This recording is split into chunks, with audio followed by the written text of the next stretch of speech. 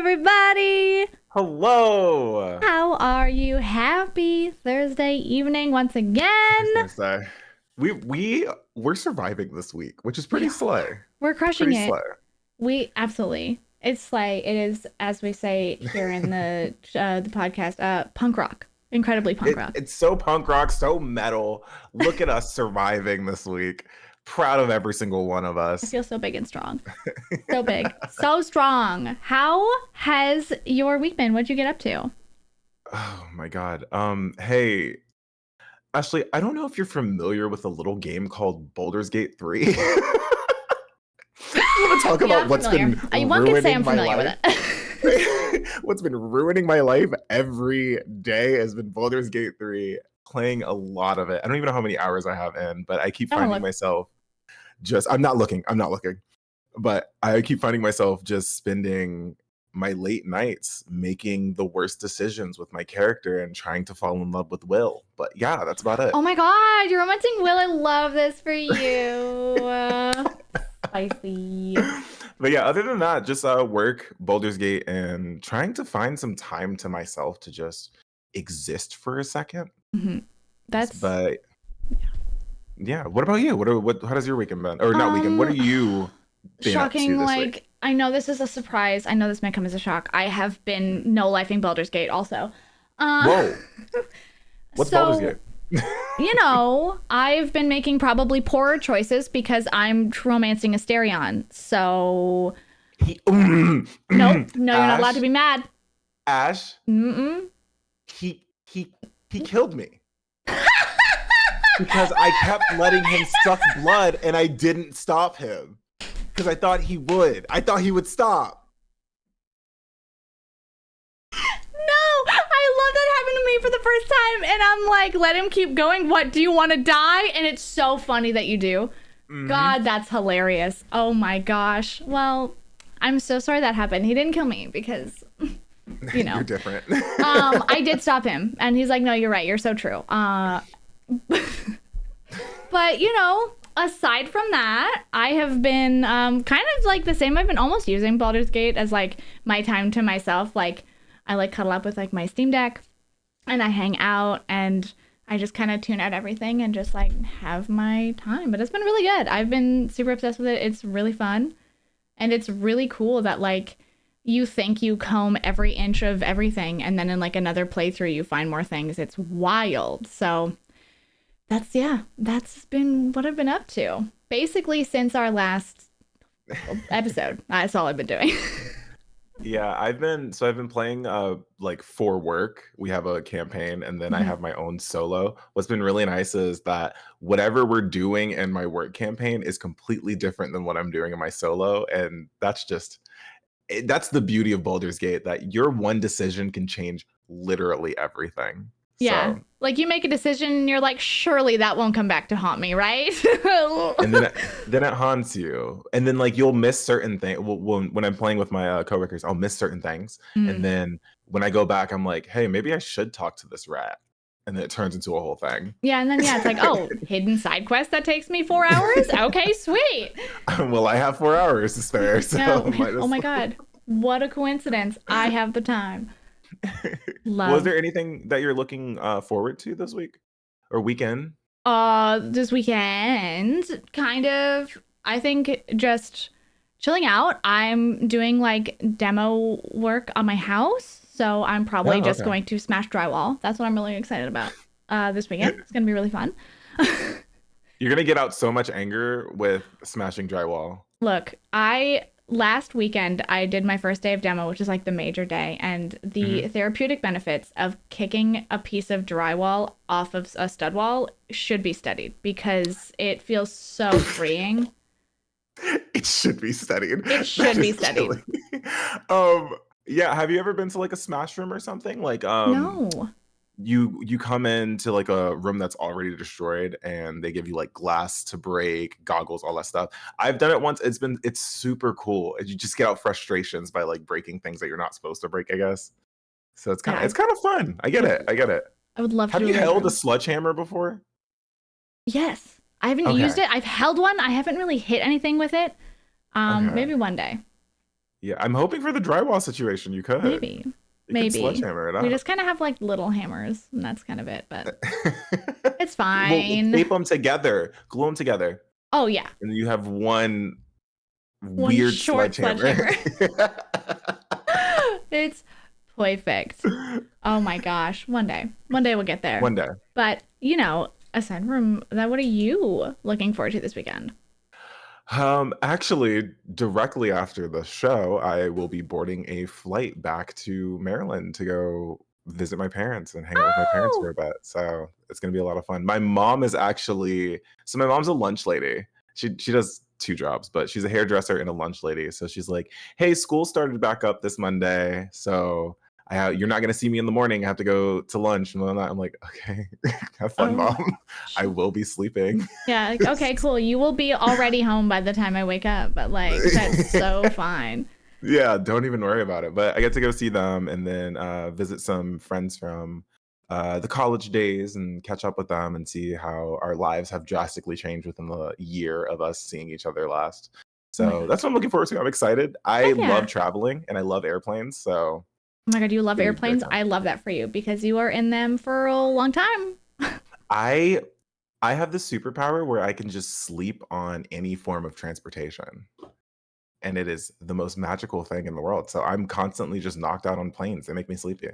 Honestly, I like shake my head like I'm jealous, but I too, like I have fallen asleep in planes at least twice before takeoff, even.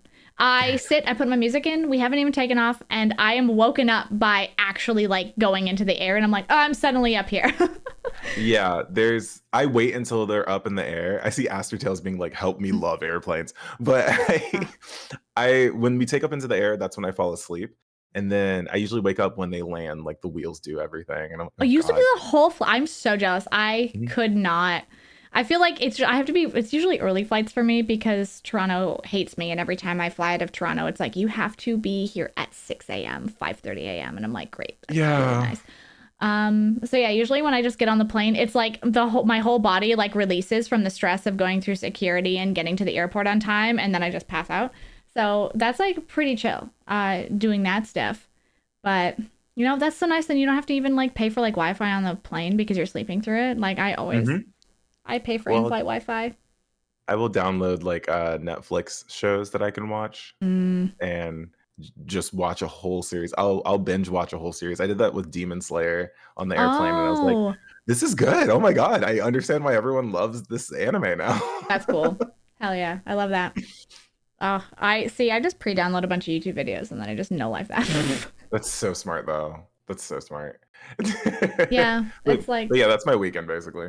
Nice. That's great. But you know, like speaking of like, it's back to school time. This actual episode is a back to school episode, friends, which is every single like August, I am just smacked with surprise at how immediately like it just everything turns to back to school. I'm like, this summer just flew by, and it's every summer.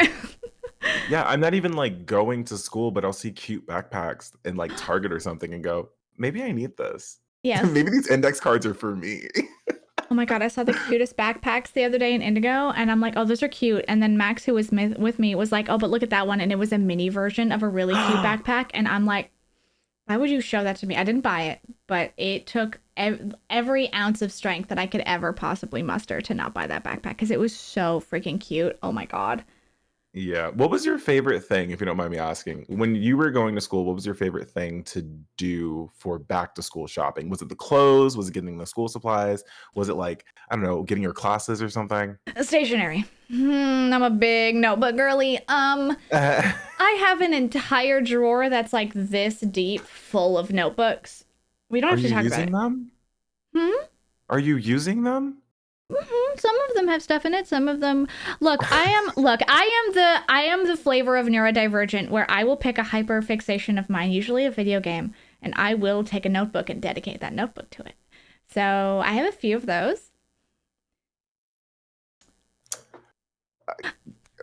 Okay. Look, I did that in high school, and like nobody clocked that I was neurodivergent until I was 26. What do you mean? Like I had to get a diagnosis at 26?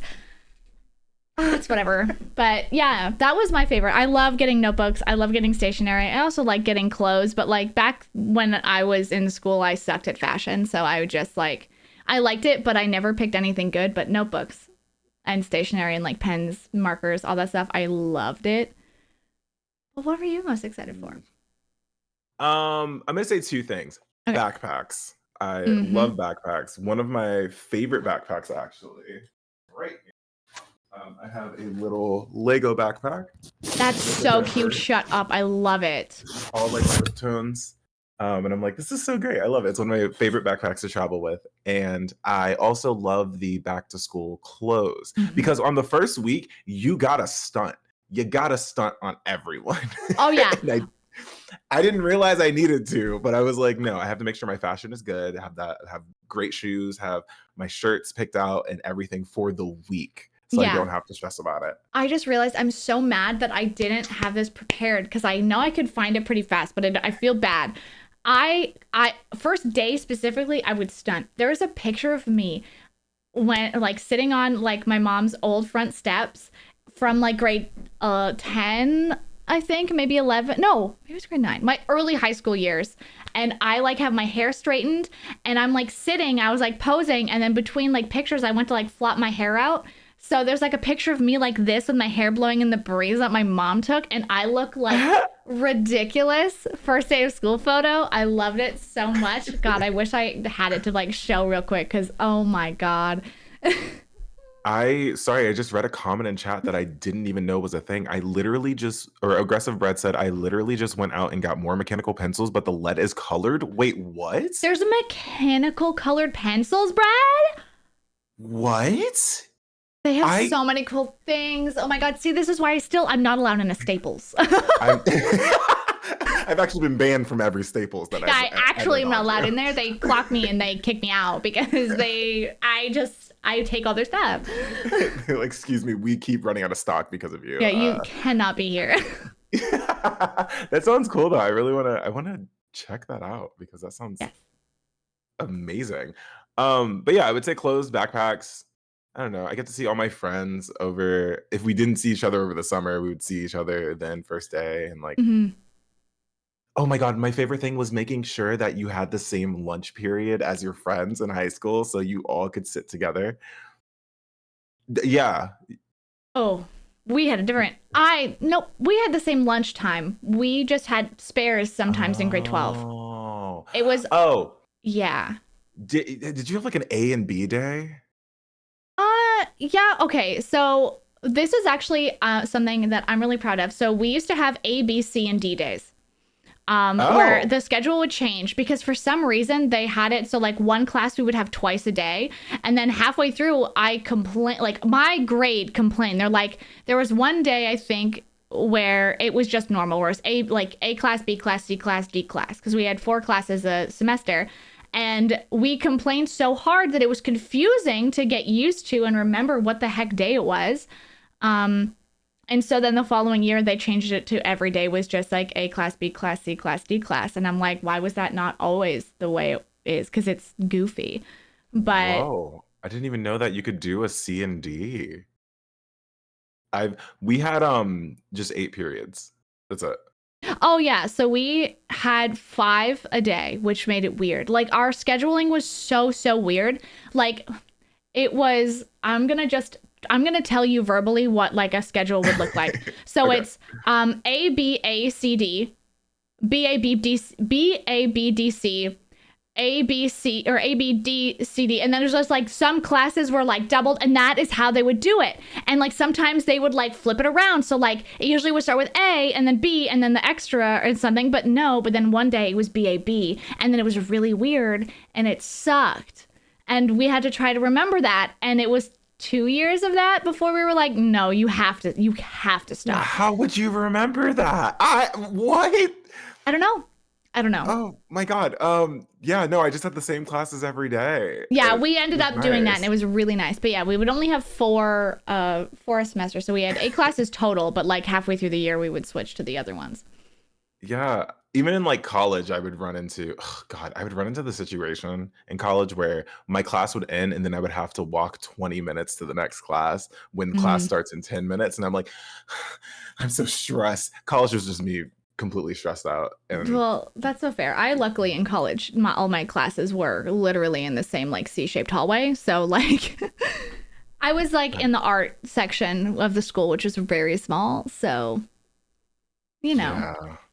art kid Well, things. chat, if you haven't caught on, today's episode Is is about, mostly focusing on yes. educators and educating and career education. Yeah. So like a lot of our things are just going to be us talking about our experiences. We also have guests too that we'll talk about later. But We've got some ambassadors that will be joining us later on. And I'm very excited about it. We're going to talk about a lot of fun stuff. But before we get into having our lovely guests, we have a blog post to look at.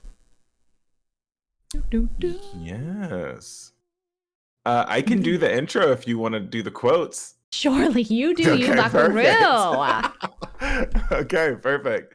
So this It Gets Better blog post is from Sarah Dean. Sarah Dean is an 8th grade English teacher based in Nashville, Tennessee, with a passion for uplifting queer students or LGBTQ plus students. Dean's school is the recipient of grant money from our 50 states, 50 grants, 5,000 Voices initiative in both 2022 and 2023. Ooh. Get some clappies for Sarah Dean. Yes, here's some claps. Ooh. I will say before I even continue, Nashville, that is a very difficult place for queer people sometimes too. So Absolutely. that is amazing. Sarah, thank you. So 50 States, 50 Grants is an initiative to fund projects that support and uplift LGBTQ plus identity in schools across the US and Canada. And Canada, Ashley. Woo! The effort, which is now in its 2nd year, has expanded to include Canada, will provide grants of up to $10,000 to 71 US and Canada public or charter schools for a total of $645,000 in grants. Oh, that is holy heck. Amazing. I love that so much. Good golly gosh. Look, and that's the kind of stuff that It Gets Better does. That's like so much money and so much help. That's incredible. You can get so many notebooks from that. So, Staples will ban me for 2 lives. A quote from the lovely blog from Sarah Dean is, growing up, I didn't know a single queer adult, let alone a queer teacher, which I also had a very similar experience to. My world was straight and Christian and small, filled with Bible studies, uncomfortable questions from overbearing family about boys, and ill-fitting Easter dresses. Being gay was not an available option. Now, years later, I find myself in the position to support growing young people as an 8th grade English teacher. Oh my God, what a formative freaking year to teach for being such a wonderful and welcoming and opening teacher. I'm sorry, I keep interrupting it, but I just... Oh, no. It's good. It's good content. It's good stuff. Great. Because God, 8th grade, 7th and 8th grade, woo, for me. So God, I couldn't imagine how much nicer it would be to have like a queer presence around. Although coming out was not easy for me, as soon as I became open, I felt strongly that my openness about my identity should not stop at the school door. I felt compelled to teach English well for meaningful bonds with students and be my full authentic self. In March of 2022, I was scrolling through Instagram when a targeted ad caught my eye, boasting of $10,000 grants to make your school a better, safer place for LGBTQ plus students. With a little more than passion and determination, I applied. In May, when I was notified that my school won the Gets Better project grant, I was ecstatic, immediately rushing to tell my principal and begin planning. That's so fun!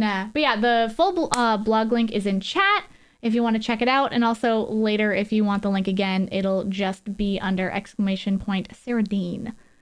But yeah, I feel like I have 3 things that I want to say, and I'm so sorry. Of course, please. Look, I interrupted just because I was the one saying things. So please say your piece. First, Banana Bell in chat says, applying now to get notified for next year's grant. So Banana Bell is an educator in Maryland. We actually went to high school together. So I'm like, super cool that she's doing teaching stuff now. So that's amazing. Please. Second, Second, um, English teachers and queer kids. The ties there. It's always the English teacher that queer kids feel so comfortable with, and I don't know what it is. I really don't, because I also felt it was the science teachers and the English teachers for me. Mm, What's the study there? I don't know, but we should look. It's another thing that should be studied, you know? I want to know. I want answers. Also, something with this blog as well. Sarah and her school's 50 States 50 Grants Awards will help create a GSA for the middle school and I don't know that word. Renovate. Renovate. We Oh learned. God. Oh God. Renovate a gender inclusive bathroom and promote engagement with the Nashville community. That's awesome. Yeah, oh my so gosh. amazing. Doing that stuff in Nashville is great. Yeah, there's always a queer community in states or in cities. Always. It's just they're either not marketed out well because I don't know, the state could just be Republican and bigots. Or like you just have to do research and look up like queer. For me, I'm in Austin, Texas, so like queer Austin sports or groups or anything like that. But yeah, there's stuff online. The internet is pretty cool. Yeah, the internet's great. You just gotta Google. Like I went into a like restaurant the other day, like a little like usually mostly like pickup restaurant. And there's like a little ad that was just for like queer tabletop like group. And I'm like, that's so sick.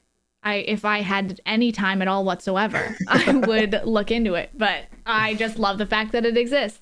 And it's really cool because like it's like really like safely done. Like you have to like reach out to them to get any info. So like just in case. But it was really cool to see, you know? And do you want to tackle that second quote from the blog? Yeah. So to continue, in GLSEN's 2019 school climate survey, they found that LGBTQ plus students who had one or more supportive staff members at their school felt safer, were less likely to miss school due to discomfort, had higher GPAs, and were less likely to drop out. Research shows that organizations like the It Gets Better project, which connects LGBTQ plus youth to resources, inclusive language, community support, and more, have an overwhelmingly positive impact on the well-being of LGBTQ plus young people. Teachers and educators and mentors being visible and vocal about their support is not only favorable, but necessary. If a student doesn't feel safe, they can't learn. They will be too preoccupied trying to survive that they can't apply themselves academically to their full potential. Ashley, did you have any queer teachers, or did you know if you had any queer teachers? No, I think there was definitely like a couple that I was like maybe, but I never knew for sure. But like before I launch into that, it just feels like one of those, oh my gosh, no way. People who see themselves and like their mentors and people that will help like guide them through life, seeing like themselves and someone else is helpful. It just is like a no-brainer. Like, oh my gosh, wow, queer kids no, seeing Ashley, queer adults. Representation doesn't matter. What do you mean? No. Gosh, it's always this, it's just come on. It's so silly, man. But yeah, I never did. I think thinking back now, my first grade teacher's assistant was definitely a lesbian. But I didn't know that at the time because she wasn't like super open about it. But like the way she talked to us about like her partner and like would tell us that she didn't have a boyfriend. And I'm like, oh my gosh, you're gay. But I realized that at like 18. So, but yeah, like I never had any like queer teachers or anything as far as I know. And it took me a long time to like, figure out my identity and feel like comfortable. And especially like I got bullied in school for being like queer, and it was like, oh, great. And I feel like it would have been a little bit better if I had like any sort of like actual representation for me. Yeah. Did you? Yeah, I'm assuming not, but yes. Yes, and it was in theater. Okay. So Okay. I'm a theater kid. Theater kids. I did a lot of tech background stuff, set design, lighting design, sound. And the main person that I would work with was a queer educator, and it was that's awesome. so cool because like there were certain things that he understood, and I was like, cool. I don't have to explain that I'm in a relationship with the lead actor of Little Shop of Horrors. Yeah, I am dating Seymour. So that's like, I don't have to explain that. You get it? Cool. There's like no perfect. Love this. Totally get it. There's something magical just about theater, honestly. Oh, for sure. How open it is and just freeing for expression. So it makes sense. But yeah, that was the first time I had a queer teacher as like a educator for me, and it made me feel more comfortable. What sucks was I got that my 12th year of school, but I like came out when I knew something was up around like the end of 9th grade, but didn't really feel comfortable. I felt like I was fighting for my life or doing the survival thing. Yeah. Trying to make sure like no one knows my secret or anything like that. So it was just really nice to have or be a part of that space that was cultivated by the educators there and also the other students there. So that's awesome. I love that. I love that so much for you. Gosh. Well, speaking of wonderful educators, queer educators, and wonderful people in the education community, is it time to welcome our beautiful guests? Do you want to do some intros for them before we bring them on? Yes, y'all. Can we get a round of applause? Yeah, I think a round of applause would be correct. Can we get a round of applause for our amazing guests today who are educators, queer educators, DataDave and Ms Huffle. Please welcome them to the stage. Whoa! Welcome to the show. I hope you're having a beautiful day. Oh my gosh. Also, don't mind me eating fruit snacks during this because we had a discussion about Welch's fruit snacks, and they're so good. Absolutely. I'll have to get me some soon. I packed a lunch for this. Yeah, and that's great. Welch's a Welcher? Is that the? Is it It's Welch's. Yeah. Yes, if you're eating Welch's, you're a Welcher, right? Yeah, I guess I'm a part of the Welch's now. Part of the sounds good to me. Yes, wonderful. Oh, thank you. They like the shirt. It's so good. I love it. Dave's rocking a sick shirt. Huffle's rocking sick earrings. I just realized that that was a Pokemon shirt. It's okay. It's so good. Well, we'll start with Ms Huffle. Ms Huffle, could you introduce yourself? Let people know what you do. What's the tea with you? Yes, so I'm Ms Huffle. My name is Rowan. I'm a teacher in Bloomington, Minnesota. I am now I'm the digital learning specialist. I'm also a GSA advisor at Jefferson High School. And so I support digital curriculum, and I do a lot of I'm kind of a very like visible person in the media center, which in the particular town I'm in, it's a school that's mostly kids of color, but in a very like conservative white part of the city. And so like the conservative white parents walking in to see the trans woman sitting in the media center is kind of strange for everybody, which is just great. So I love it. They should get used to it. Yeah, exactly. My gosh. All right, Dave. I'd say they're probably upset that you're slaying. Oh, true. Honestly. So. And like hello to like all of the people that have come out for me. Like, hi friends, I miss you. So cute. Yeah, Dave, let us know what do you teach? What's going on?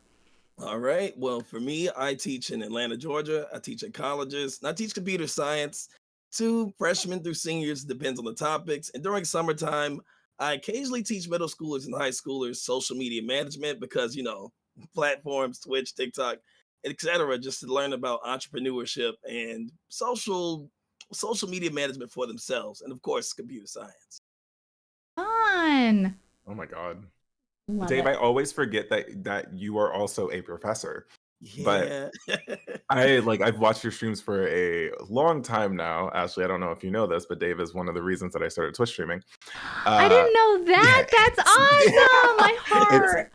Every time, and I feel so bad every time we do a show together, Dave, because I always bring that up. I'm over here like big man, oh man, please. Yeah. Please. So that's why I'm like, oh yeah, wait, no, you also teach, which is so cool. And it also shows that you can do streaming and other things and have a full-fledged career at the same time. So that's really cool. Wild. Yeah, it's incredible to be able to juggle. It's definitely something that is difficult to do. It is. So like props to y'all. Yeah, for real. So I have a question for the both of you, and we can start with Dave on this one. Also, before I say any of these questions come from Youth Voices, so literally the LGBTQ plus students. What was your journey to figuring out your identity? Who and what were your support systems? And this is coming from, hopefully I'm saying the name correctly, Fee. Okay. Answer the question, and I'll be honest, just being candid, it took me a while. For me, the biggest support systems initially were friends. You know what I mean? I had friends that were openly queer and things of that nature. And me, I just like, okay, it's cool, y'all do that.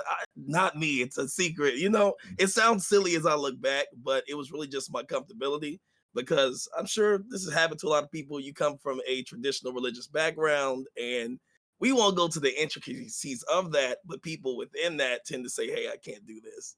But ultimately around 25, 26, it's like, this is a part of me. I see how others can live their life, both as friends, online, etc., and people I personally know.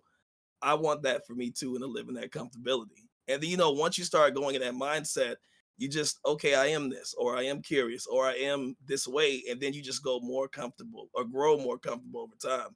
So through the support of friends, family, my mother especially, and just seeing other people be openly queer led me become more comfortable myself. That's awesome. I really like that. Ms. Huffle, what about you? Yeah, so I was in IT for like 12 years, and then I started teaching. I almost like 3/4 of the way through my first year teaching, I got asked by a couple of my students if I'd be the GSA advisor. And at the time, I identified as a cis-het man, and I thought that was really strange but lovely. And I would love to help the queer students with like whatever they needed for their little club. 3 years later, I came out as non-binary, and I thought it was going to be a big shock to all of my queer students that have been with me forever, and they weren't surprised at all. Like they were like, "Oh, you didn't know that?" Like, and it was just like one of these moments, right, where it's like, could y'all have told me? Could you have said something to me that would have been helpful? Yeah, you're the last to know. You're the last to know. Yes, it's true. It's true.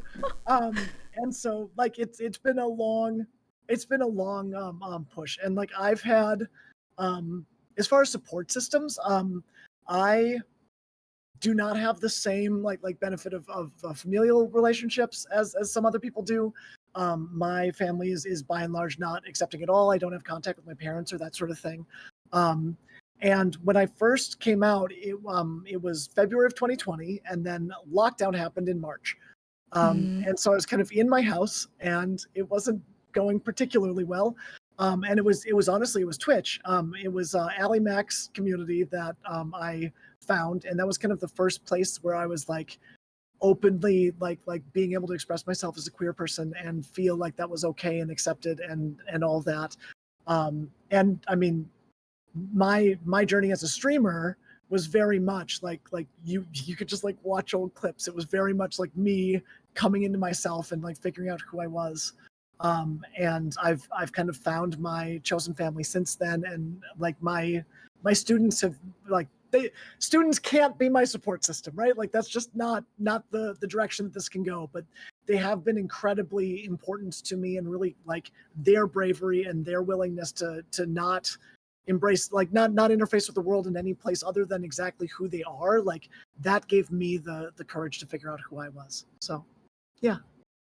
Yeah, that's the thing. Like on TikTok, I'll see Ash and I have talked about this, but like promposals these days, like queer students just proposing to their partners and stuff like that. And I'm like, oh, this was really cool. I didn't really get that opportunity in high school, but I'm really happy that other people are getting that opportunity now. And it's inspiring me to continue to be unapologetically myself and like Yeah. really fall into my identity more. Yeah. I feel like just talking about like Twitch being a huge like stepping stone of your like journey and finding yourself, and I feel like that's something that I've discussed like with my community a lot of like Twitch is such a great place, especially during the pandemic as well, when a lot of people were at home and a lot of people were online all the time. It was just like such a concentrated area of like, I have a lot of people in like my community that will like try out new names or like and pronouns and anything like that. And like everybody is always like, oh my God, yeah, just let us know what you're rocking with and we'll like try to like see if that vibes with you. We'll like call you they, them, she, her, he, him, whatever you're feeling and whatever. And it's just like, I just love the fact that Twitch in itself, just in so many communities, has that opportunity for people. It just makes me really happy. It's very, very sweet.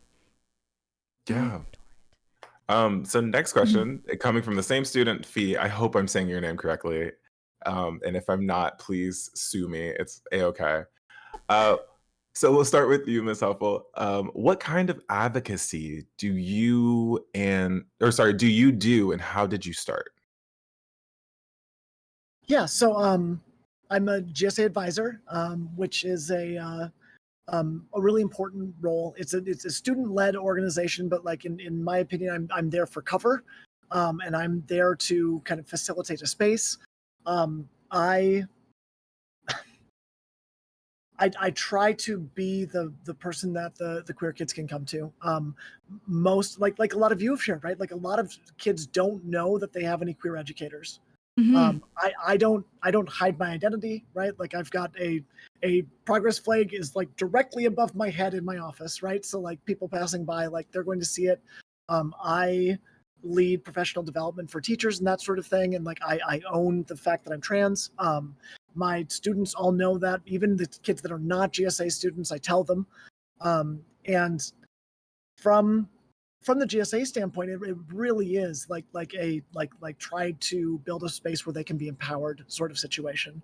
I can't do it for them, but I can be like a safe person to let them to advocate for themselves, or I can go to teachers on their behalf, or I can be someone that can hear them when they're struggling with parents or any of those sort of things. So that's kind of where I put most of my advocacy work. I'm also running for school board in West St. Paul, Minnesota. Oh my God. And I think it's really important that like queer bodies are in all spaces, and especially places that decisions are being made. And so I'm trying to expand what I'm doing through that. That's awesome. Okay. That's so cool. I have like a tiny side because for a second my brain broke and I was like trying to remember what GSA stood for. I was literally a part of my GSA in high school. So like, hello. Anyways, it reminded me that my GSA in high school is the reason that I went to a queer prom, because I didn't know they existed, and I found out from my GSA, and I was like, oh, and they sent us there. They like got us to be able to like go, and it was really, really awesome. And yeah, that was really helpful because I was a kid that joined the GSA when I was like not out. And I was just kind of like, yeah, I'm like ally. I had a girlfriend the next year. And then we were in the GSA together. But yeah, it's super, yeah, GSAs are super important. So it's fantastic that you are helping all of those students. Ashley, but yeah. You were such an ally. You got a girlfriend the next year. Oh my God. I know, my God. I love that. We love this for me. My gosh. Dave, what kind of advocacy do you do and how did you start? So for me, more so, it's about being, I guess, openly myself. Like, because of how school is run, you know, it depends institution wise. We don't have a direct, we'll say, groups or advocacy. You know, you get what I'm saying, groups specifically for it. But in educating myself around what's in Atlanta, I remember earlier you mentioned like the different clubs, like, oh, there's queer chess, there's queer board gaming. Me knowing all of these places and being open myself, I can't necessarily say, hey, you know, I'm gay, I'm Dave, I'm a professor. Would love to, but can't say that. But if they ask, oh yeah, well, yeah, are they guys? You know, it's just like you can just leave it there within your classroom. And for me being that way within the classroom, those that aren't necessarily not as open or want to discuss or say, oh my God, you're a queer professor, tell me a little bit about it. Even if they don't identify with the queer spectrum, basically we've had conversations. Some people came to office hours like, okay, well, I want to find more people like me. Where can I find it? I'm like, we're in Atlanta. We have plenty of places. What's your hobby? What do you like? So it's more of the indirect, not in the classroom or organized format, but it's more of those conversations to say, hey, oh, I've learned our professor's gay. I saw his video game content and there's the pride flag. So it's like, it's what comes from being open, being there, and being able to not necessarily hide in the organizations, but just say, oh yeah, I'm gay. Cool. Here's the lesson for the day. Mm-hmm. So yeah. That's awesome. I feel like, I think it's especially important, like, how it's hard, you can't like really be like in your face about it, but like just being able to be super like nonchalant to be like, yeah, I'm gay, whatever. And then it's like, I feel like that's just something that clicks with a lot of, younger people for sure. Just like, oh, it's like, it doesn't have to be like a huge deal. Like, oh, okay, cool. And it just makes it a little less daunting, is like even. And yeah. I just think See, that's great. my problem is it actually is not a problem. It's probably the coolest thing. I go through life just assuming everyone is queer until telling me otherwise. Like they have to come out as straight to me, basically. And that's equality to me. Yeah. I feel like a switch flipped for me somewhere in my early 20s where I just like, I feel like my body reset the whole like that there's a default setting of a person and I just kind of assume whatever. Like I don't assume anything. Yeah. So I'm just like, oh my God, like, do you think like they're cute? And they're like, no, I'm like straight. And I'm like, okay. That doesn't mean you can't like say that they're cute or something. Like, I'm like, okay, sure. Do you think Buckaroo. this man is hot or no? Yeah, like YN? Hello? I feel like very similarly with my brain stopped assuming, which is great. But, oh my God, are we just going to keep like ping ponging these questions? Who's going to start speaking? So I can slap around a good old question here. I will say Fee has some pretty good questions. Fee has some really good questions. This next one, we're going to have some thoughts, I think. We're going to say some things. So let's start with Dave, since I haven't answered the last one first. What do you think the future of the LGBTQ plus community in America is?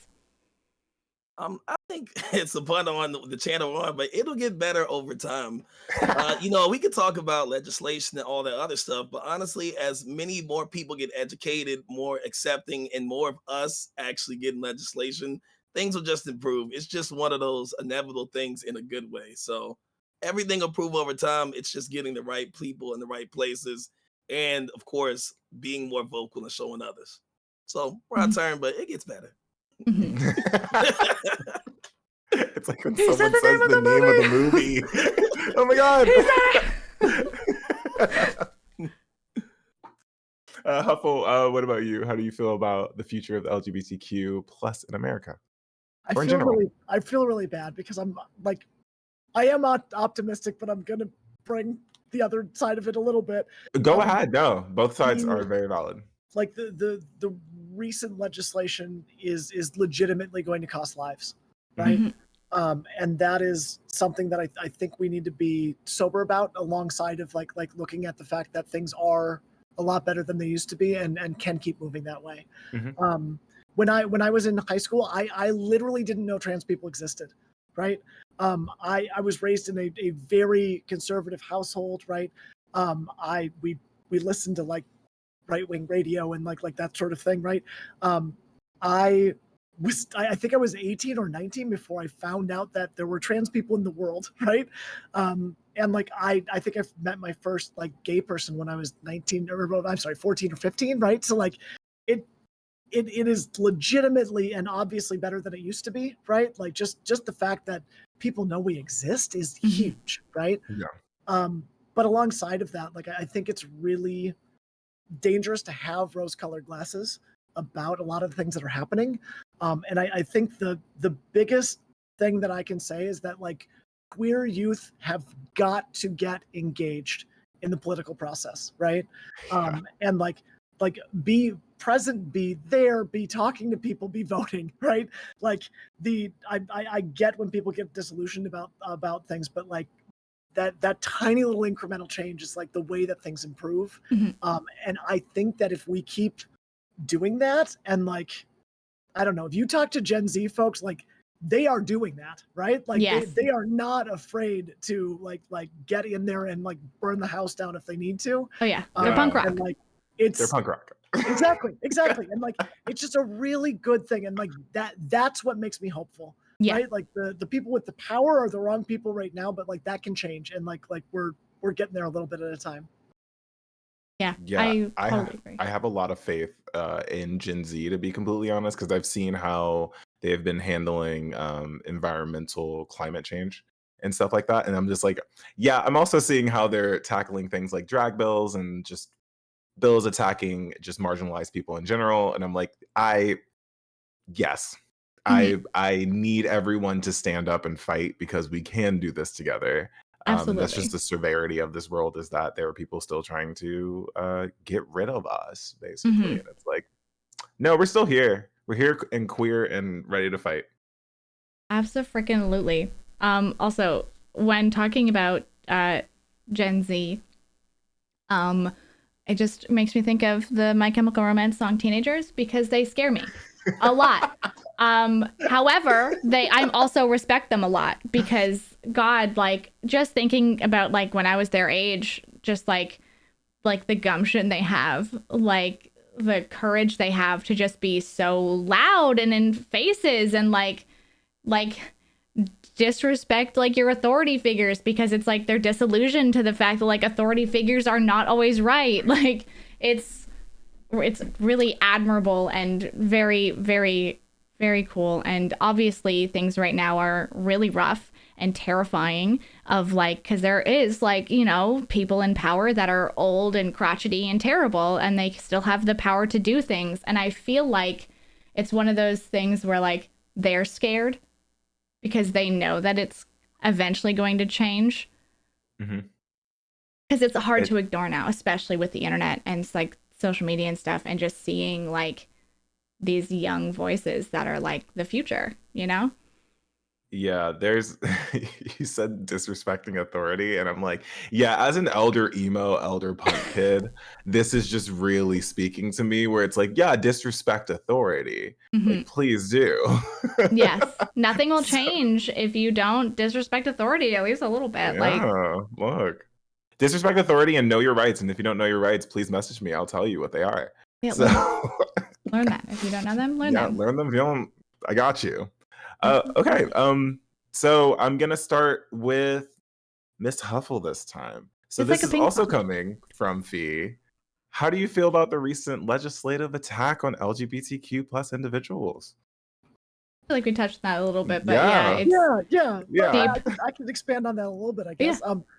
The first one thing to mention about the disrespect authority thing, right? Like I think part of it is that us older folks need to stop deciding that we should be in charge of people, right?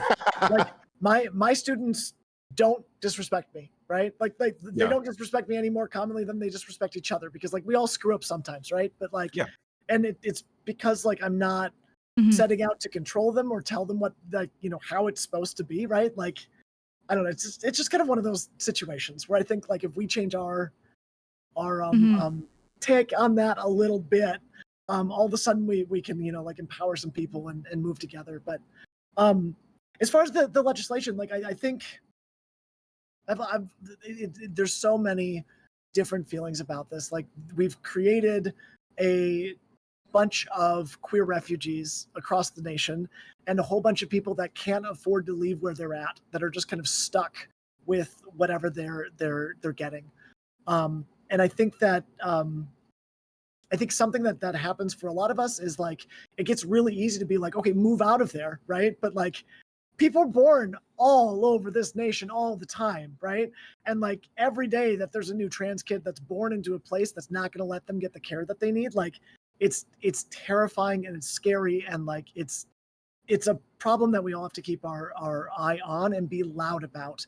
And I very, very much hope that the message stops, like instead of creating two tiers of society, like places that queer folks can live safely and places that can't, that we talk on more of a systemic nationwide level about like, okay, we need to protect everybody, right? And it needs to be broad, and it needs to be sweeping, and it needs to be real. Yeah. Oh my gosh. Yeah, that was perfectly said. Mm-hmm. DataDave, how do you feel? I'll even piggyback, honestly. Perfectly said, Ms Huffle.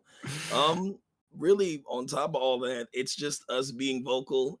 It does suck that certain people are in place right now that are causing these problems, but what we can do, and it sucks that it has to be an overtime process. We got to keep educating folks. Make a video with your hot takes, have these type of podcasts, like just educate people, because as more people are educated, more people will understand, and they hopefully won't be the problems in the future. So, like Ms. Huffle even said earlier, more of us need to get involved. Mhm. Speak to people, speak to parents, speak to even people that necessarily may not completely understand, because it's like it's common sense, but not everybody's operating in that. So let's try to break it down for you to make sense for you. You understand? So keep being vocal, keep breaking it down. Place, talk on social media and just be yourself. So that's what I give, but it's gonna improve over time. Oh yeah. Look, be the problem. Absolutely. Be the problem. I always support that. Look, be the villain, and if the villain means you're standing up for yourself and your identity and the identity of others, then be the villain. Be the best villain on the planet.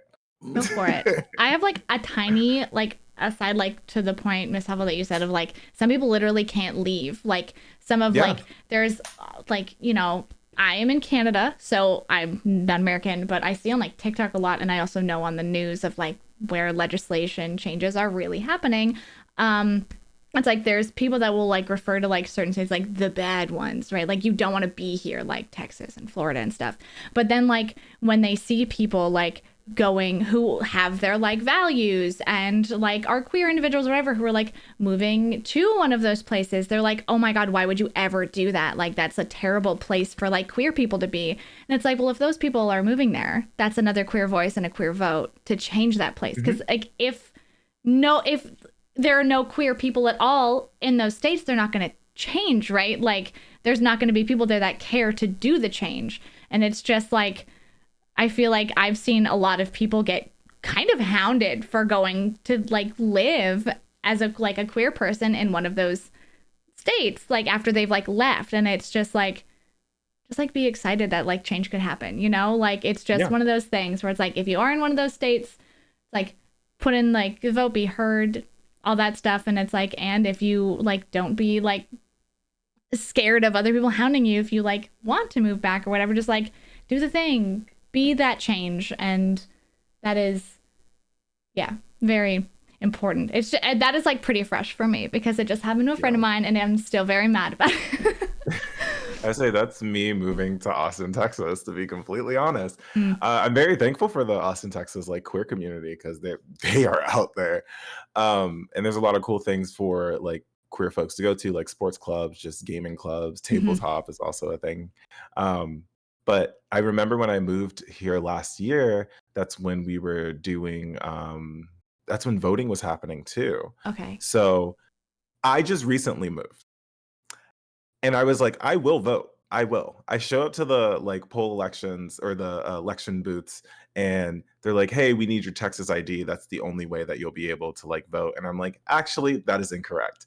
Pulled out information. This is everything that I needed. And I was like, just in case you need a proof of residency, I have 3 proofs. Just in case you need my birth certificate to know that I'm a US citizen, I have that. I also have my social security, and I have my Maryland ID and my election card from Maryland. So if you want to play with me, we can. The lady next to me goes, you're from Maryland, so you know how this works. Yeah, get in. You're good. I'm like, no, I will be voting today.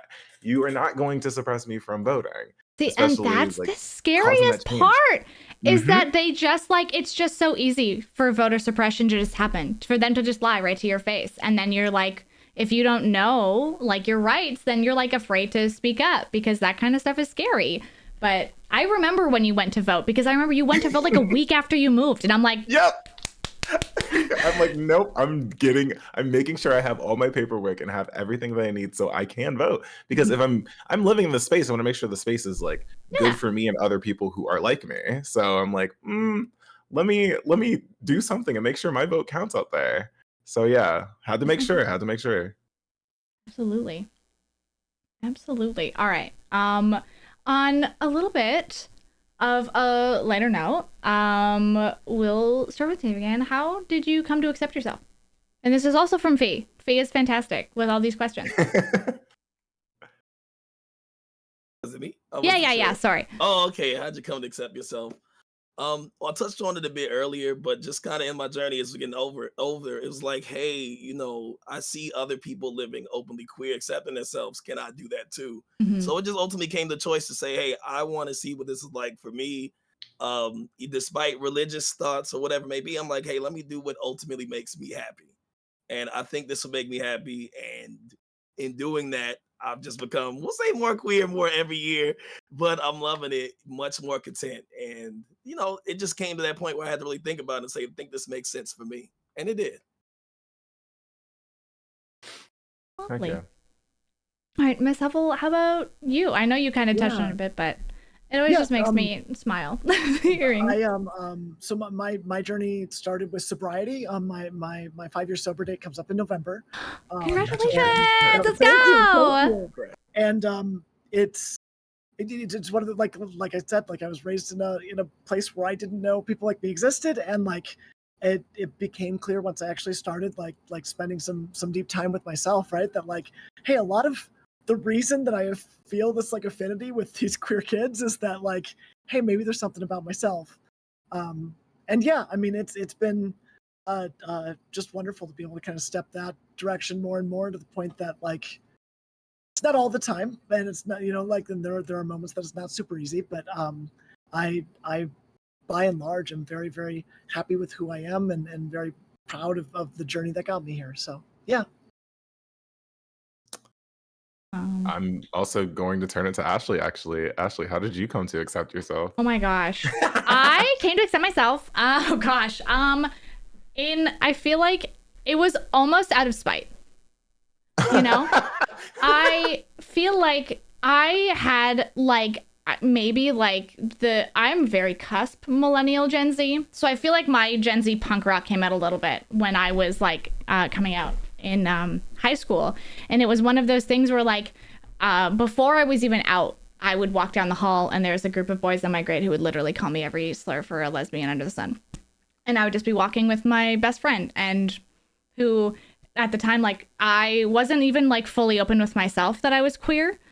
And she definitely is a straight woman. So like it was just like they had learned the words, and it was just like a thing where like I was called slurs and whatever. And then I think I fully realized, and then I basically came out fully when I had my girlfriend, and she was pretty punk rock, way more than me, to the point where like her family was like incredibly supportive. Mine was pretty supportive. My dad had a bit of some trouble, so I was like a little less like gung-ho to be open, but she like encouraged me more to be punk rock about it. But it was one of those like, okay, we're together. We're going to be the visible queer couple of the school. Like, we're just going to like go out. And that was kind of my big push to accept myself, was just being that in your face kind of like, yeah, we're gonna walk down the halls holding hands. And to me, that was so punk rock. And like, I grew up in a small town where there was like, I literally, like myself, you kept mentioning it, and I feel so similar. I did not know that you could be gay for many years. I literally went up to my mom and I was like, oh my God, Mom, did you know this? And she's like, yeah. But it was just like, I was so mad that it took so long for me to learn that I was just gonna be out and be very loud about it. And I think that helped me just really quickly accept myself. But Blizz, how about you, bestie? Look, before I even jump into it, it's just so funny. It's just like, hey Mom, have you heard of gay? Yeah. Did you know you could be gay? Real quick question. Talk about it. For me, I mean, Dave talked about it a little bit earlier. I come from a super religious background, and religion has been a part of my life since I was a baby. I mean, I would go to church until the age of 22, and I'm 27 right now. But I think I'm still in the process of learning to accept myself because of all of the religious trauma that I've had that constantly is telling me not to do that. But Something that kind of helped me accept myself when I first realized I was queer, I didn't really have any resources, like especially mental health resources that would have been really helpful for me. So in high school, I felt like I was constantly fighting for my survival. In college, I kind of felt like that, but also I there were a lot of other queer students in college, so I could kind of bounce off ideas and experiences with them and be like, wow, I don't feel so outcasted. Like there are other people experiencing the same things I'm experiencing. Wow, college is great. Um, but then I got to a point where like my mental health just wasn't the best. And a part of that was because I wasn't accepting myself and I didn't know how to accept myself because I wasn't given the resources or instruments to do so. So then went to therapy, and my therapist was just a black mom. That's the best way of describing her. She was a black mom. Her daughter was her daughter is a lesbian, so she was like, "Honey, I got you. We're gonna talk this through because like this is very similar with my daughter. So let's talk about it." And I really felt like I've learned a lot about myself with her help, and learned how to take care of myself and how to give credit for my accomplishments and how to give credit for my identity and everything that I just felt under the sun. Just the whole validation process of it all. So That's I'm still in the nice. process of accepting it, but it's happening. It's a fun time for me.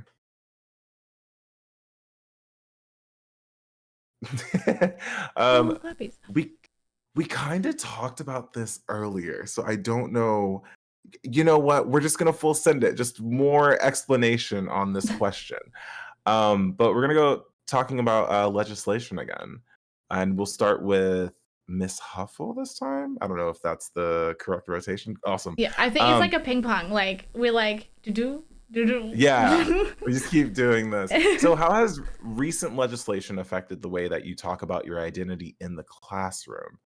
Um, and how has recent legislation affect what you teach in the classroom? So I am very, very lucky to be in Minnesota. Couple reasons why. Number one, we have strong union protections. And because I've been teaching for more than 3 years, I have tenure. So they can't just fire me, right? Which is really good, and empowers me to do, um, well, not anything I want, but it'd be really hard to get rid of me. Yeah. I have I've gotten a lot louder about like who I am, about like what my students need, about just there are a lot of cishet people that don't know that this legislation is even happening, right? Mhm. And a lot of even like very like teachers that care a lot about all their students that have no idea. And so it more than just teaching to my kids, because I talk to them a lot, but like talking to the other adults around me and being like, hey, do you know this is happening? Right? Because a lot of them think it's overblown. A lot of them don't realize that there are like I have a trans friend that just moved to Minnesota from Florida.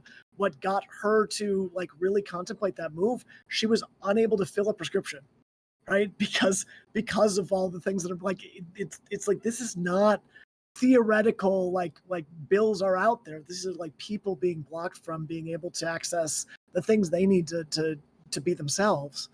Um, so it's really because I'm a lot in a like teacher support role. Like I try to center that, and um, I try to draw people in and show them like what's actually happening in the world, even if they aren't hearing about it. Mhm. Yeah, I'm noticing, not even noticing, but like every drag show that I go to, it 100% turns into this conversation because if y'all don't know, they're trying to ban drag in Texas, and it is the weirdest conversation because it's if they're banning drag in Texas, this bill also attacks cosplayers and fathers who want to dress up for princess tea time with their daughters. That's how serious it's getting. But it's very nice to see the conversation no matter where you go, and I'm happy that every like drag show I go to is that conversation because there's a lot of straight folk. There are a lot of people who aren't a part of queer culture who do not understand the severity of what's going on, and participating in drag shows and seeing the joy that it's bringing queer people or just people in general, and seeing not really understanding that Republicans, bigots, they want to villainize this joy of expression and classify it under being too sexual because it's something that they don't understand or will spend the time to try and understand. So bottom line, it's just annoying. It's so annoying. Can I add something to that real quick? Yeah. The other thing to remember, and I'm sure that many people know this, but for anybody who's listening to this that doesn't, the drag show stuff, the drag bans are directly attacking trans people, right? The way they're phrased is not just drag shows are illegal, right? It's people that are dressing in a way that doesn't identify with the or doesn't align with the sex they were assigned at birth, like they can't perform, and that is directly like has huge impacts for like every trans person out there. So drag is like huge and very important, and I'm not trying to downplay that at all, because I agree with everything you just said, Blizz. But like it is bigger and deeper and more insidious than that. So don't let anybody fool you on that. I'm glad that you brought that up, because they are using drag as the like guise for that. Like, no, we're just attacking drag. No, they're attacking like trans people, and then after that, they will be attacking other marginalized groups. So I was just gonna say, every single one of these legislations is just a domino that they're waiting to flip, because it's already happening. Like some legislations that they've passed, they've cropped up another one that like branched off of that it just affects more people and attacks more people. And it's just like, so many people like think they're like, quote unquote, like safe from these, but it's like, it's only a matter of time if like we don't stop it, that it'll like start affecting like more and more people. And it's just like ridiculous. And it's one of those things where it's like, this is obviously like such a ridiculous thing. It's like, but the whole, how it's phrased as like, if you don't dress as like your like sex you were assigned at birth or whatever, it could go so far as like, oh my God, like a cis woman wearing pants couldn't go on stage, right? Like, oh, pants are masculine, you're not allowed. And it's just like, it's so like that language could even mean like that. It's just same with like all of the bathroom bans and stuff. And it's like, that affects literally like everybody. Like you're going to walk into a bathroom, like you're going to walk into a bathroom and you see like a trans person and like you're bigot, you freak out. But then they have the bathroom ban. Okay. So like you walk into a woman's bathroom and then you see a trans man and you're going to be like, what, like the bigots are gonna freak out again. So it's just like, why? Like you're not going to win. You are just being an ass. So just relax, for one. It's just so goofy. Anyways, I can literally talk about all this forever, because I feel like if you have like an audience, there's always going to be some person who hasn't really had this conversation that needs to hear it, right? And it's just like, you just need to talk about stuff like that. But Dave, if I knew you had to step away for a second, but we're just talking about how has recent legislation affected the way you talk about your identity in the classroom, and how has recent legislation affected what you teach in the classroom? And we branched off from that. Nothing wrong with that. I'm here for the conversation. But absolutely, it hasn't directly affected how I necessarily teach in the classroom. I'm in Atlanta, we're pretty good. But I will say is that what I do like to sprinkle into the students, just as a conversation piece, is yes, I'm teaching computer science, but you can say, hey, you heard this happen in the news? Let's talk about it. And I think that's what's really cool about that in classrooms, is that it allows me to share my take saying, hey, this is wrong. The student's like, well, why is it wrong? Let's talk about it. You know what I mean? So I think it's like, it's not a direct or planned lesson per se, but it's more of I'll sprinkle this in. I could segue a bit. Okay, computer science. Just to like change some minds or share some perspectives to people that may not have even thought to have a conversation on it, So that's how I kind of sprinkle things like that in. Yeah, I always feel like the real world is easily connected into STEM topics, or STEM, like just lessons in general, because a lot of the time, I'm very thankful for my professors in college. Anytime we did like a biology lesson or had a biology quiz or something, they would always try to relate it to what's happening within the world and why you should care about it. And it was in its own way really cool, because I was learning things that I didn't even know was happening right now. I was living in the whole college bubble, and I'm like, oh, there's a world outside of here. I should also pay attention to that and see if I can help create real world solutions, or help understand what we can do as a population, as a society, to help better this like environmental change or anything like that. So it's really cool. It's really cool.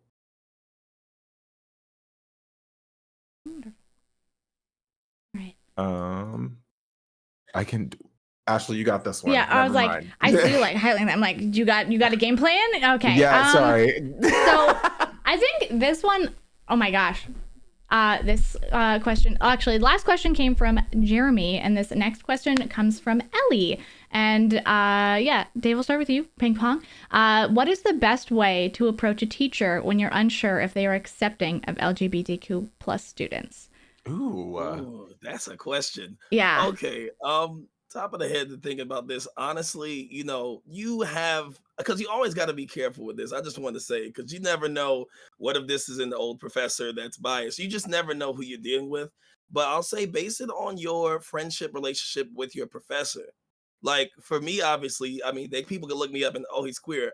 He's a very cool teacher. I hope I'm cool, but I'm the gamer. I talk. I don't mind conversation like that. But maybe somebody's been teaching there 40 years, thinking old ways. You can kind of, I guess, ultimately, I want to say you can kind of get the vibe. Yeah, you got a vibe. You know what I mean? It's just like, what is your friendship with that professor to have that? So gauge that first.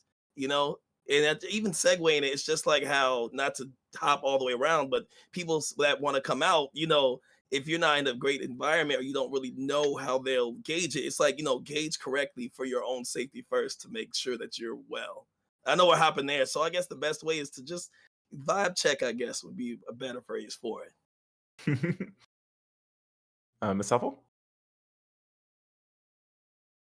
If a teacher goes out of their way to signal to you that they're safe, they're probably safe, right? Not that they're not going to be at their own place in their journey or that sort of thing, right? But like up here, at least a lot of teachers will put this bothers me because it's like as milquetoast as you can possibly get, but the all are welcome here sign, right?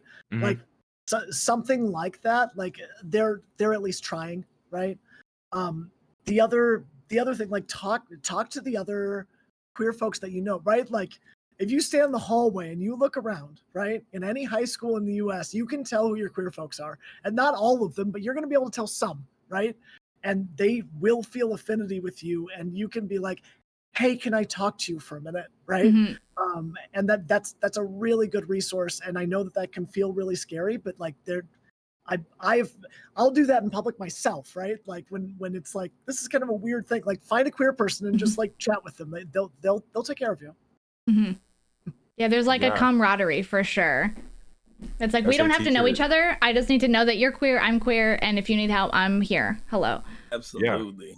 I say teachers are amazing resources for students, and definitely go to them. I remember personally, for me, this wasn't even queer related. I was just dealing with like a struggle in my family, and I talked to my English teacher, which again would love to know the statistics behind this, about it, and she was very comforting and reassuring, and was like, hey, I can relate to what you're going through. This is how I handled it, but this won't be the same situation. So make sure you know how you are going to navigate this world and how you would handle it. But if you need advice, this is how I did it, but don't feel like you have that my answer is going to be your solution as well. So I was like, oh, okay, this is great. I had someone that I could talk to about this. And then also they led me to amazing resources in the school in order to also get further help if need be. So teachers are there for you. Educators are there for you. Like they understand what it's like growing up in high school and going through high school, because they had to do it as well. Okay, well, this is going to be another question from Ellie as well. So, while it may not be the same at every school, how do you best recommend LGBTQ plus students find and spread info about support systems like the Gender Sexuality Alliance meetings or other queer events like flyers or word of mouth, online notifications, etc.? And that's from Ellie. And then we'll start with Ms. Huffle for that. I just want you all to say ping pong again and again. Like, ping pong. You didn't say ping pong at all. Yeah.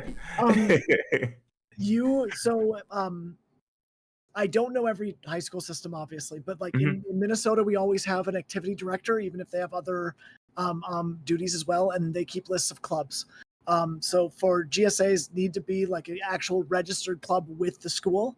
And so if you just ask them for the list of clubs, they will give it to you. And if GSA is on there, like you can figure out who the advisor is that way. A lot of schools do really well at like putting a bunch of like posters up and that sort of thing.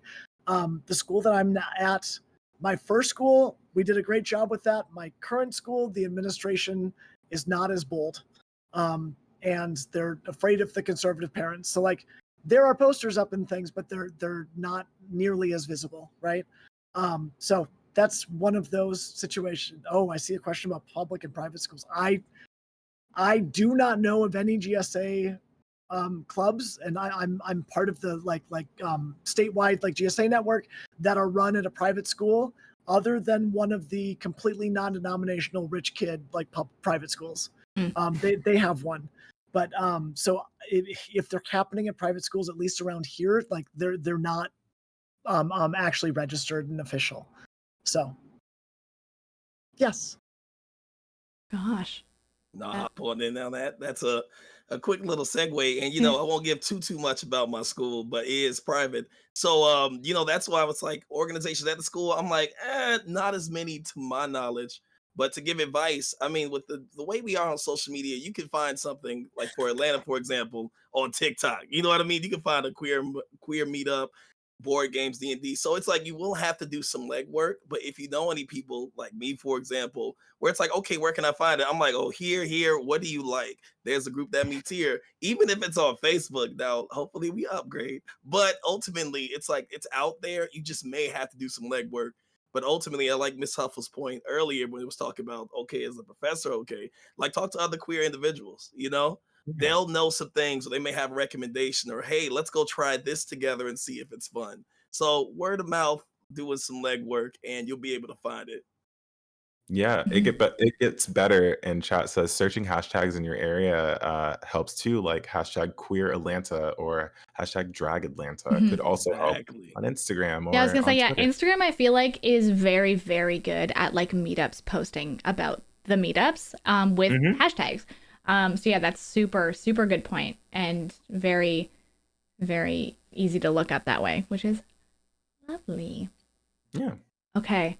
I think this is gonna be our last question because we are a little bit definitely over time, but it's a really sweet question and I really love it. This comes from Aiden, and Dave, we'll start with you because we're gonna ping pong for the last time. What is the most inspiring thing that you have seen a student do for another peer to help them feel supported in their queer identity? Okay, I love this one. So, I typically teach college students during the school year, but during the summer, I teach the middle school to high school students. And it's funny from my perspective, I was like, oh my God, I need to handle this situation now. I just went to the bathroom. I came back, I'm here at students, and they were like, oh, he's gay. And I'm like, oh my gosh, we're going here. I can't, I'm going to have to deal with this. And, like, he's like, well, so what? He's like, well, he's gay. So they're going back and forth. One kid's like, stop. I'm like, I'm trying to I'm fast walking now at this point. He's like, just because it's gay is mean it's okay. Leave him alone. So I just think that moment was sweet for me because I'm like, oh, this guy says, oh, I'm gay. He's, to my knowledge, the only one in the class that's openly gay. We have all like boys, so you know how younger guys can be. But in fact, you said stop and it's okay to him. I'm like, I love that. Because how many scenarios that any of us have gone through where we're the gay or whatever identity we have person in the room and no one said anything.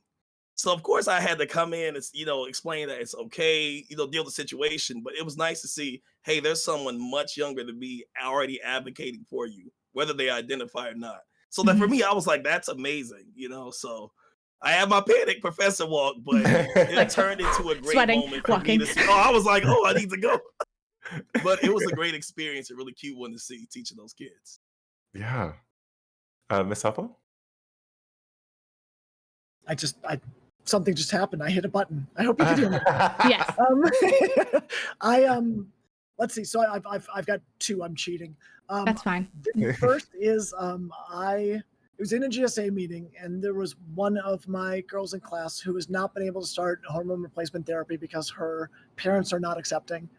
and she was just really upset and was talking about how like she like at some point she said something along the lines of like, I can't be beautiful because my parents won't let me.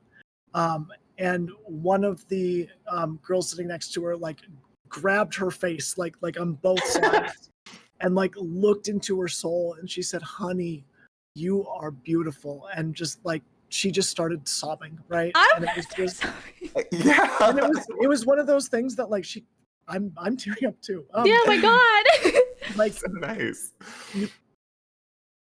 It wasn't just lip service, and everybody in the room knew that, right? And we were able to kind of just like have a moment where everybody just kind of held each other, and it was wonderful.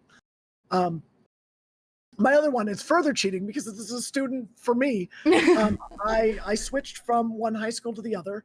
The high school I was at for 5 years, I had a lot of trouble with the staff accepting me.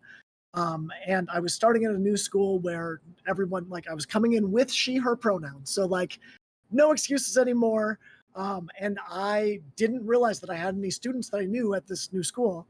And my very first day, my advisory section, which is the only like standing class that I teach, I walked in and I was going into it assuming I knew none of these kids, right?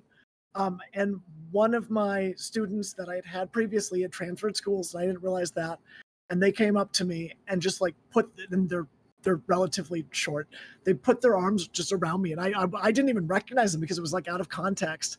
And they just like said like into like my top, like, you are so beautiful. It's so good to see you. And it was just like this moment of like, oh my God, like I do have people here and I am seen here. And like, even though I haven't built this network yet, like it followed me here. And yeah, I mean, the kids are all right. We just gotta let them be, right? Like it's amazing. Yeah. The kids are all right. The kids are all right. Good golly. That's very sweet. I knew it would be good to end on these wholesome things. Gosh. That was amazing. Well, thank you, Ms. Huffle and DataDave, for being here. Before you go, though, and we'll start with Ms. Huffle. Can you let people know where they can find you, whether it's social media or anything, honestly? Yes, so I've like locked down all my socials because I'm a trans woman running for public office. So That's fair. You don't want to like do that. But if you are interested in local school board races, if you go to rowanforschoolboard.com, you can see and follow my my political happenings and all that sort of thing. So we're making moves and doing stuff. And there's contact info on there. So if anybody ever wants to reach out and talk to somebody or needs some help or information on how to do things, or especially if you are someone looking to start or run a GSA, I've got tons of resources that I can hook anybody up with. So please feel free to reach out. Awesome. Thank you. And DataDave. All right. Well, you can find me here on Twitch and YouTube for DataDave and DataDave TV for social media. Heck yeah. Wonderful. Heck yeah. Yes. Thank you so much for your time. Thank you for your stories and your knowledge and insight. It was so fantastic listening to you guys tell us all about, gosh, like being an educator. Like, look, I always say like the kids scare me and I respect them. And it's just cool to like, you know, just hear stories about, yeah, no, the kids are all right. Yes. It's good. Right. Well, thank you so much for being here. And y'all have a lovely day. Yeah. Or time zone. Or time zone. Have a lovely, lovely time zone. You all as well. Also, child, make sure you say bye. Yeah, everybody say bye. Say bye. All right. We are good. Oh my gosh. That was so nice. My heart. I think that was like soul food for ages now. I feel educated. I feel, look, I also do. I feel like it was just really, really nice. My heart is very full. I could cry real tears. I did a little, but I could continue. I was tearing up. Yeah. I was like, I need to get it together. I mean, emotions are valid. I need to get it together because I can't have a crying face on the screen right now. So that's where I'm at. Oh God. Yeah. I feel educated. That was a good time. And also very reassuring knowing that there are teachers who care and teachers who are representing, the students out there who are just trying to learn more about themselves. It's really, really comforting. It's one of those things where it's like, like when you talked about like getting involved in doing stuff, and I feel like just being like LGBTQ plus as like an educator and being like, that educator that is like the visibility that like I didn't have, like representation and things. And it's just really cool to just like just sit and talk and hear experiences of people that are just doing the damn thing, Yeah. Oh gosh. Also, I'm so sorry. I need to like have my camera focus on me for like a second, and maybe it just never will. That's okay. I mean, it looks all right. It looks all right to me. It's chill. We're fine. We're vibing. Maybe your glasses are just foggy from the tears, Yeah, from the crying, the immense amount of crying. Well, should we jump into some It Gets Better announcements? I think we should. Our beautiful first announcement is we've got our queer book for 2024. And oh my god, my brain just realized that meant like yearbook, but for queer. I was like, oh, so there's like just a book coming out. This is cool. Fun. I love this. Yeah.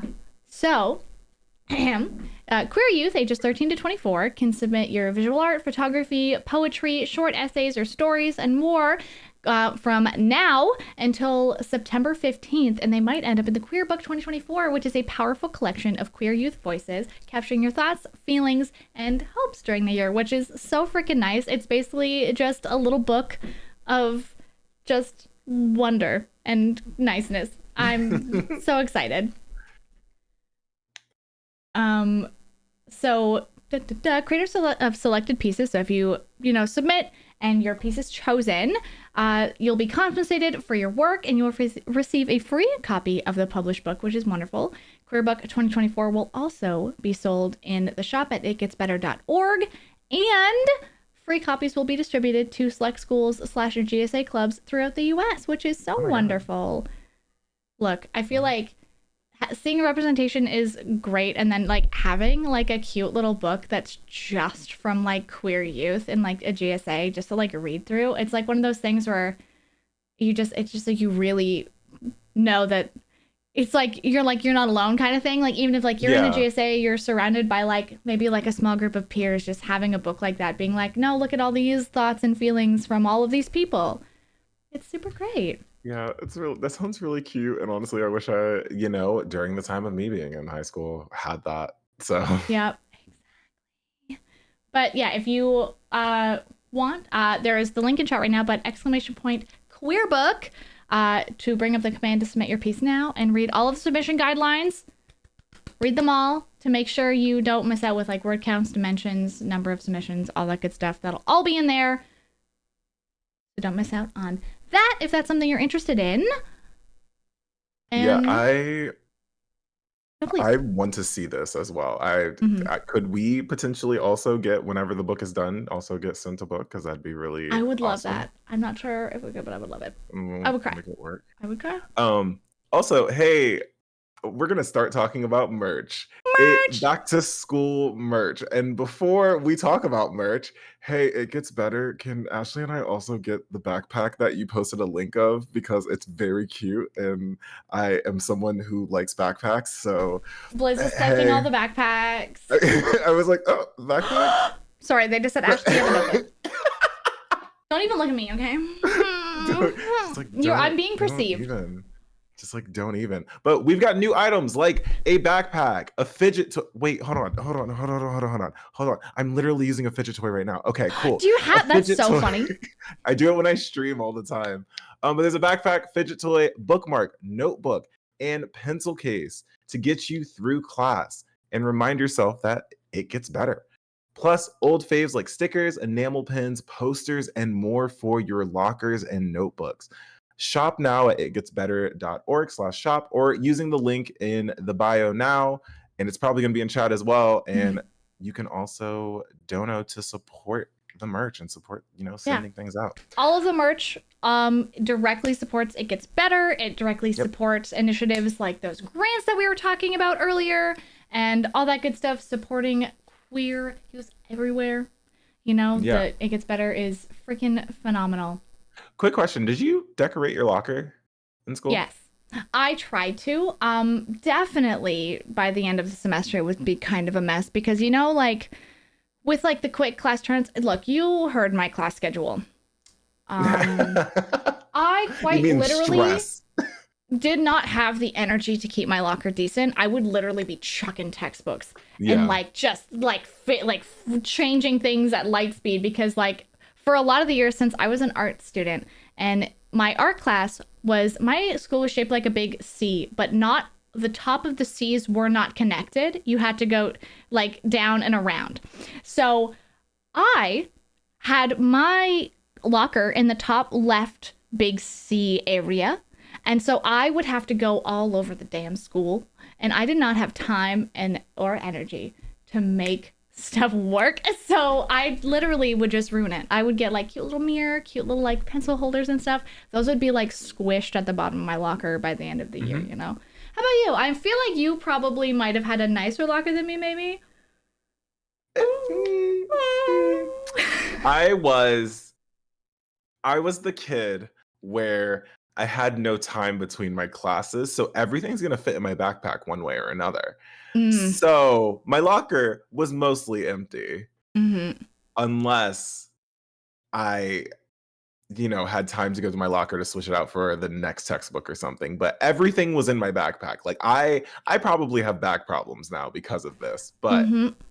My locker was a mess. There were papers everywhere. It just looked bad, but it didn't look the worst. And that is all that really mattered.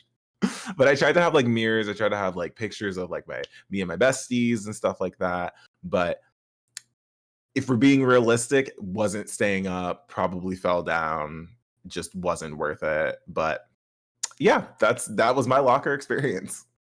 If I could go back, I would be more clean, but see, I was a STEM kid trying my best. See, I was an art kid, so I was a mess. So. I had to go to physics and then go to theater and then go to trigonometry. So, that literally hurt my brain. It's totally whiplash. chill, actually. It's education whiplash. Yeah, got math. It burns my skin. Oh my lord, it's like me. I don't know if I've ever talked about it on here. Maybe I did, but I set up my grade 12 course load to be a psychologist. So I had 2 math classes. And then I went to art school. Oh. But I couldn't change it because it was too late.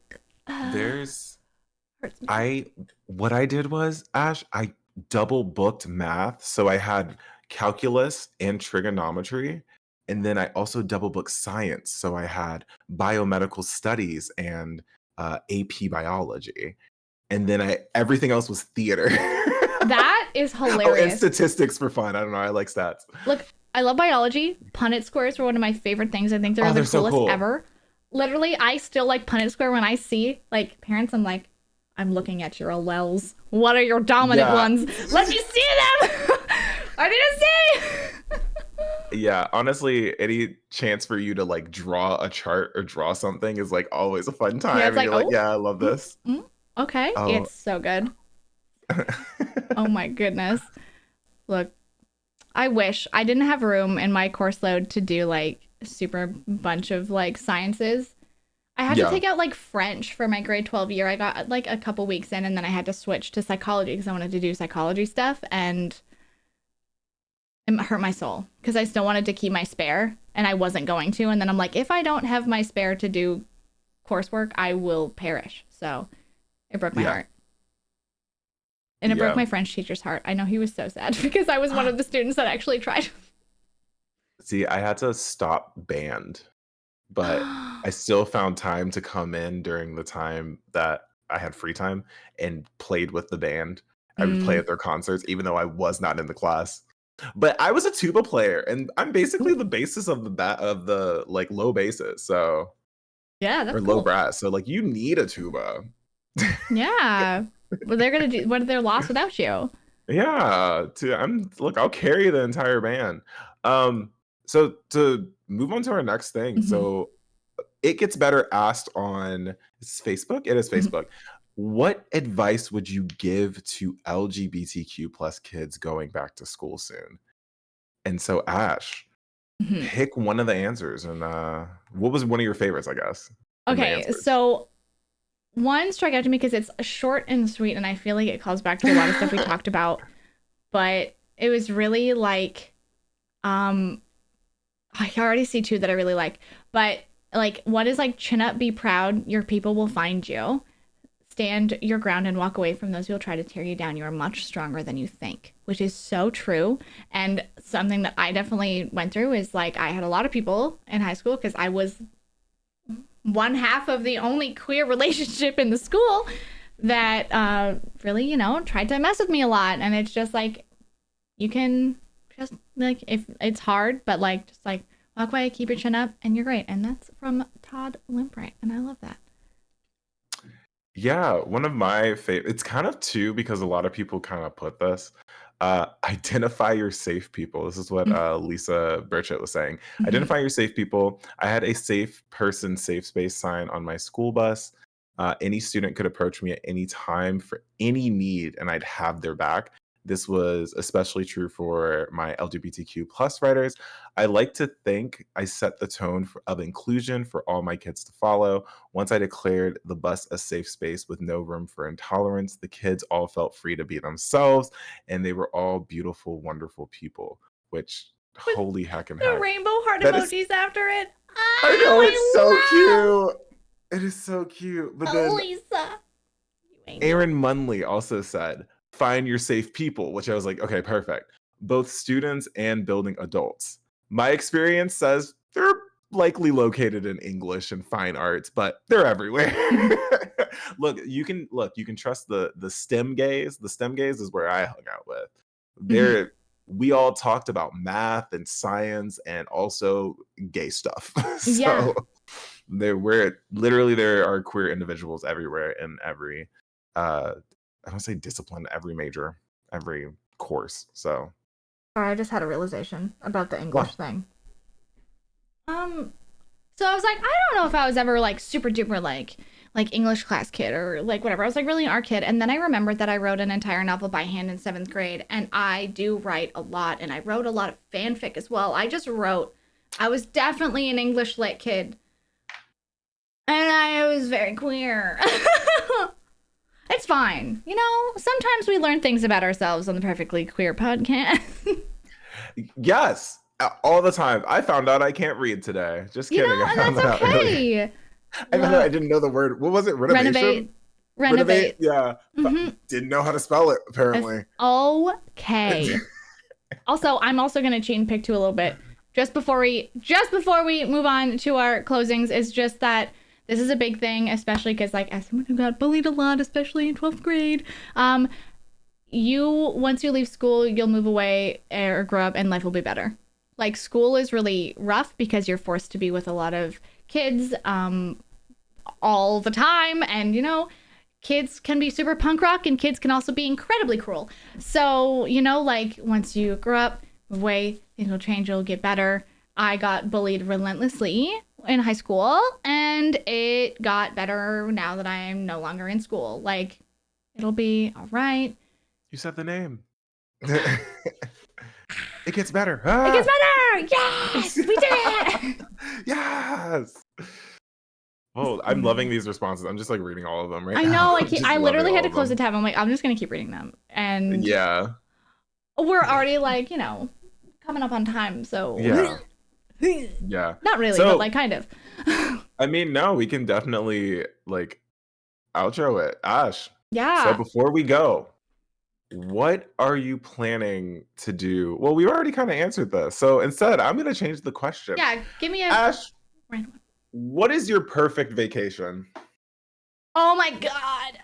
Okay, so my perfect vacation is somewhere that I feel like I can just have a calm serenity. It doesn't necessarily even have to be like a climate. It's just a place where just like, it's either just me and my partner or me and like my partner and some close friends. And it's just like, we're sitting, it's quiet. I have no pressure to do things. I feel like with our jobs, we have constant schedules of things Mm-hmm. constantly. And I feel like my nightmare vacation is one where I plan every single hour of it because that's not relaxing to me. Unfortunately, I feel like that I'm just constantly worried about being late for the next task. So if I can just go at my own pace, I can I can just sit outside and even playing games on like my Switch if I really want to. I can just sit and read.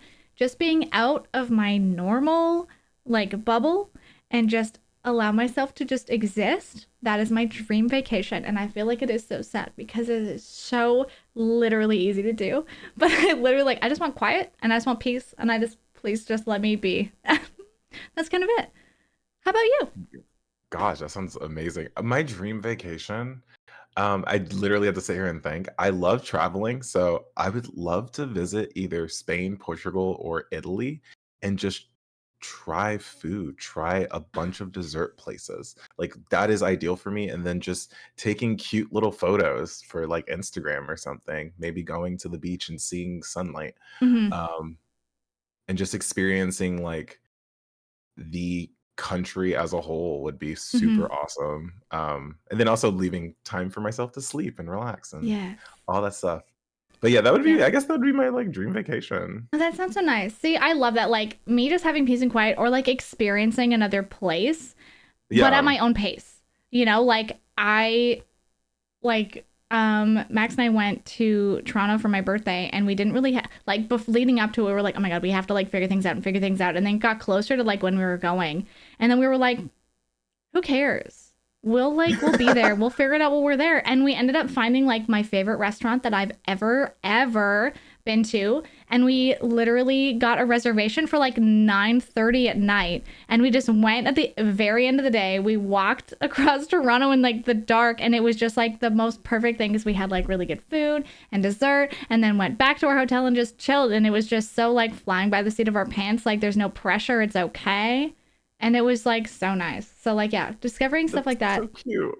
It's so great. It's still one of my, I think it's probably my favorite like vacation. I have not been much of a traveler. I feel like I had my fourth. I have like an uneven amount of flights, which really bothers me because I drove somewhere and flew back. Hate it. But my fourth flight that I've ever been on happened last year.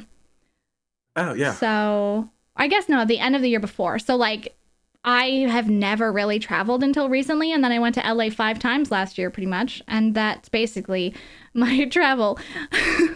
So hopefully we'll start doing more soon. I'm going to see my mom, which I actually haven't even really talked about this, that I'm actually doing this. I'm going to see my mom for like a week next month.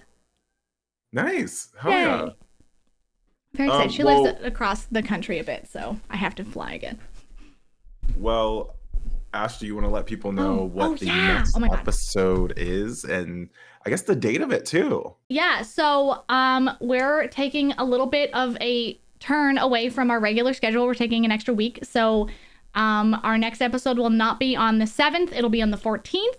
And it will kick off Hispanic Heritage Month. And we're going to have some special guests. And we're also going to talk about the It Gets Better Project's new Instagram channel, It Gets Better Espanol, because there is a wonderful new Instagram channel that is just dedicated to like Spanish things and just like it's all in Spanish and it's all like my God, my brain just things involving like just Hispanic individuals, Hispanic queer individuals. It's super, super cool and very exciting. But yeah, it'll be in a few weeks from now, 3 weeks instead of 2. 3 weeks.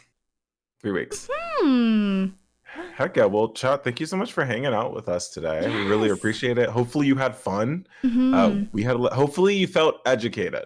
Yes. Today. I feel like I saw a lot of comments that are saying people saying they love the conversation. And I love when we chat. I also just really love having guests because I feel like just hearing people that I haven't like had the opportunity to speak to either like at all or very much, just hearing about their experiences. I feel like it's just one of those things where like every person, but especially every like queer person, I feel like has a lot of like different steps in their journey. And I just love hearing everybody's, Yeah. I just love hearing everybody's stories. It's so nice. Yeah, it's really cool. Well, we will see you next time, chat. And Yes. I hope You have a lovely heckin' time zone. Have There a we lovely go. time zone. Yes. Thank you for hanging out. Have a beautiful time zone. Goodbye. Yeah.